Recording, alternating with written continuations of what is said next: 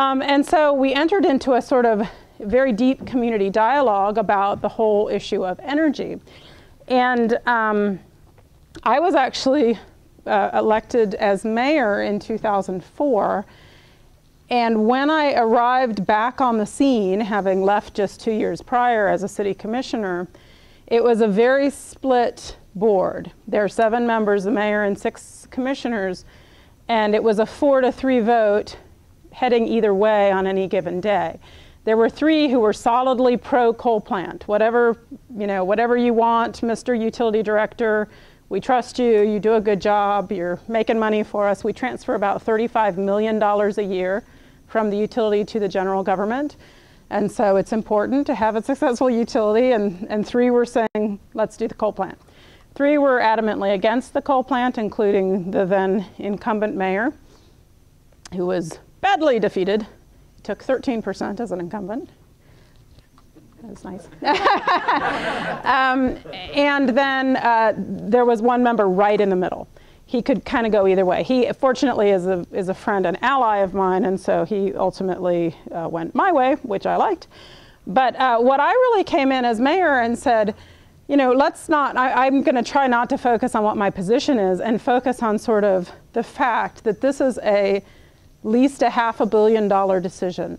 And we have elections every single year in Gainesville. We can't have it swinging back and forth on the basis of a single vote. It needs to be a stable solution. It needs to be a solution that there's some community consensus around. And we can't, you know, regardless of which direction it is, we can't just push our way through to get what we want, because it could change again next year. And we've made community decisions and financial commitments on the basis of a single individual. That doesn't make any sense. So what we did was we went through a series of, we hired several different consultants. We had a series of community meetings and advisory boards and all of that.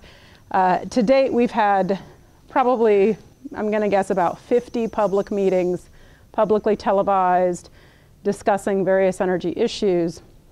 And ultimately, we came around to what I would describe as a 3-pronged solution. First and foremost, and I'll show you a little bit of data, and I'm going to suspect it may be true here and virtually everywhere in the world, the best investment is energy conservation. The best investment is energy conservation. And so that was our sort of first and foremost goal, is to help homes and businesses become as efficient as they possibly can be in terms of how their building envelope operates and whether they're maintaining their air conditioning unit and all of those kinds of things. The second goal was to actually do a biomass power plant, and that is before Governor Christ and his last cabinet meeting tomorrow.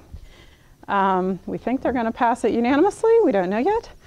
But that's based on waste resources from the forestry industry, which is very strong in our area. We're very, as I showed in the map, we're a university city surrounded by a very rural area. Much of is in forestry resource, and after the standing tree is taken down for paper, pulp, or pulp or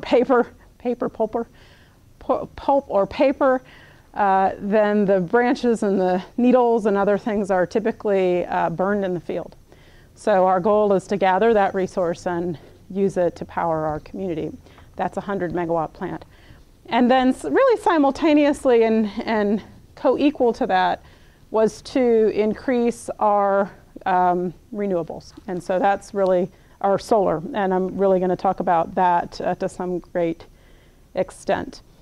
So one of the things, and this is the conservation information. I don't want to skip over this. Just in the last 2 fiscal years, we've saved about over 49,000 megawatt hours of electricity. That's enough to power nearly 5,000 homes over the course of a year. About 10% of all of our customers have participated, so we see it as still there's a lot of fruit to be gathered, but it's been relatively successful. And one of my favorite features, we've really done it by offering new incentives and new direct mail programs, identifying who are higher users and letting them know that they could take advantage of this program or that. We have mail-outs that go to folks' homes every month, giving them a sense of how much energy they're using in comparison to their neighbors. That's either loved or reviled, depending on your orientation. We have a website called GainesvilleGreen.com where you can go online and compare your own energy use to similarly constructed houses, similarly sized houses. I always say I grew up Catholic, so I believe in the value of guilt and shame. So you can really look and see who the most efficient homes in your neighborhood are and who the more profligate might be. And I mentioned earlier, this is really a great investment. Our typical generation across all of our generating resources costs about $61 per megawatt hour produced. The blended rate for all of our conservation programs, and some are more cost effective than others. In fact, insulation, attic insulation, floor insulation is by far the most cost effective, but the average is about close to $20 per megawatt hour, so about 1/3 the cost of generating coal, natural gas, nuclear, and all of that blended together. So we're proud of the progress we've made. We've gone from sort of not being on the radar on many of these issues to being recognized by a well-known publication, Money Magazine, as the energy efficiency leader in our state, and that makes us proud. Now, I'm going to shift into discussion about the renewable energy, and sometimes when I come to these, or solar energy, sometimes when I come to these meetings, people are a strong advocate for one solution or another. I'm a feed-in-tariff advocate, and I'm going to describe in just a moment exactly what that means, because again, I think it's an inaccessible term. Or I'm a believer in rebates, or I'm a believer in net metering. And Gainesville actually has all of those. We've left our older programs in place.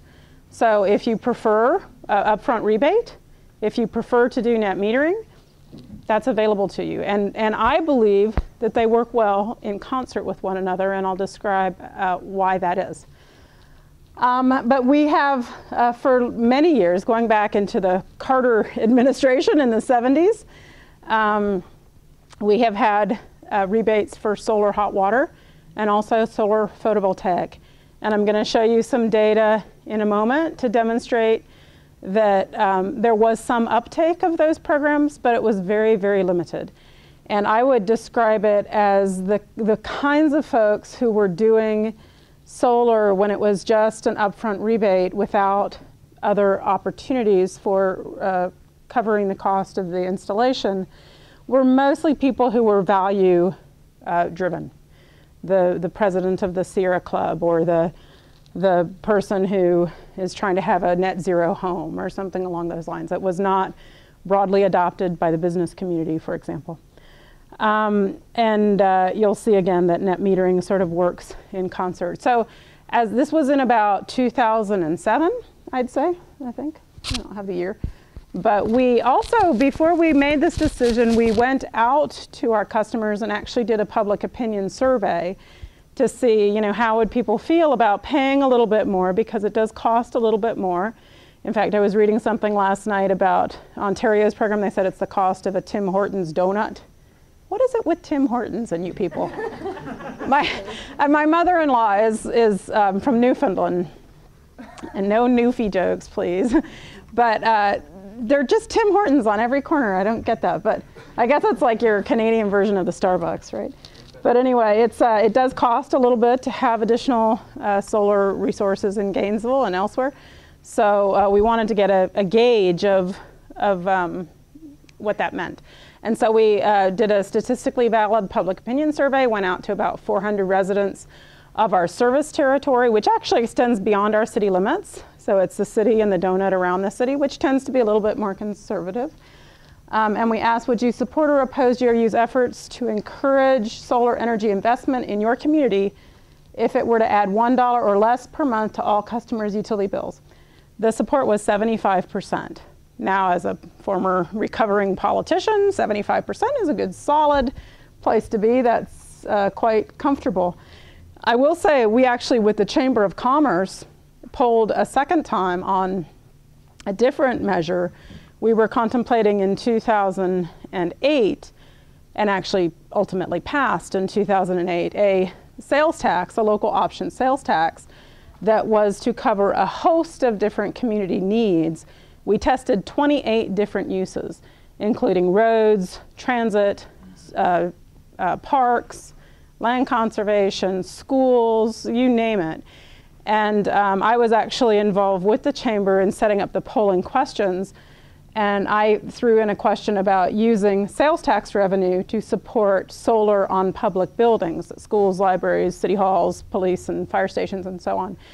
That had a 73% support level. It was a county-wide poll, which again, the county is then again a little more conservative than our utility service area because it takes in some very rural and small town areas. And what was interesting in that poll, our pollster was actually a Republican pollster from Denver. She noted that one of the most interesting things about that particular polling result, of the 28 uses, solar came in third, behind only schools and clean water, protecting water supply.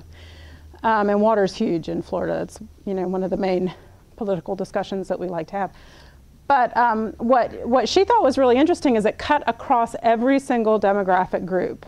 They divide voters into, the older conservative white male and the younger college student female tree hugger. And across every single demographic identified in our community, it was north of 60%, I think. And she said, this is really significant. It's worth looking at. And so I think one of the lessons for any jurisdiction, especially if you're facing the potential for political resistance, is to gauge how your citizens actually might feel about it, and then communicate that to your public officials, who of course have to care about how their community feels about things. That's how they get elected. So why a feed-in tariff? And there was actually a key experience that one of our utility leaders had that led to this. We had already adopted more aggressive retail net metering, and I'm going to talk about what that means in just a moment. And he was asked, he was on the board, his name is Ed Regan, he's our strategic planning director for our utility. He sits on the board of the Solar Electric Power Association, which is a utility group in the US for those utilities that are doing solar programs. And they organized a trip to Germany to see how the feed-in tariff actually worked. And we had already made a policy level decision to increase our focus on renewables and had already adopted retail net metering. And he saw sort of the beauty and simplicity of a feed-in tariff as compared to some of the other opportunities. And you can actually see, this actually comes from not Paul Geip, but Craig Lewis with the California FIT Coalition, that 86% of all the world's solar PV developments in 2009 were driven by feed-in tariffs, 86%. And that percentage is increasing. I'm going to take just a moment at this point to clarify, because I know there are just a few folks in the room who are going, now tell me what exactly does this mean? I'm going to discuss it a little bit more in a moment.